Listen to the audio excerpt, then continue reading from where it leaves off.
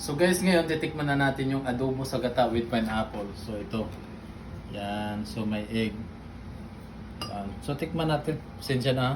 Kasi tawag ito. Iinan ako sa kanin. So. Manamis-tamis. So yan. Tikman natin.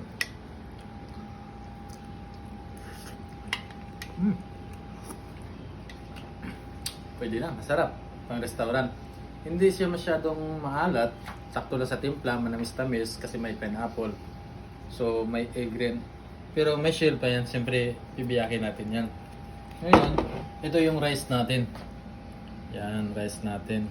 And meron tayong tinapay dito na nabibili sa Julie's Big Shop, 110 pesos. And meron din tayong siyempre itong saging, may ganda sa potassium, diba, potassium and apple at the same time. So yun. That's it and kakain na tayo.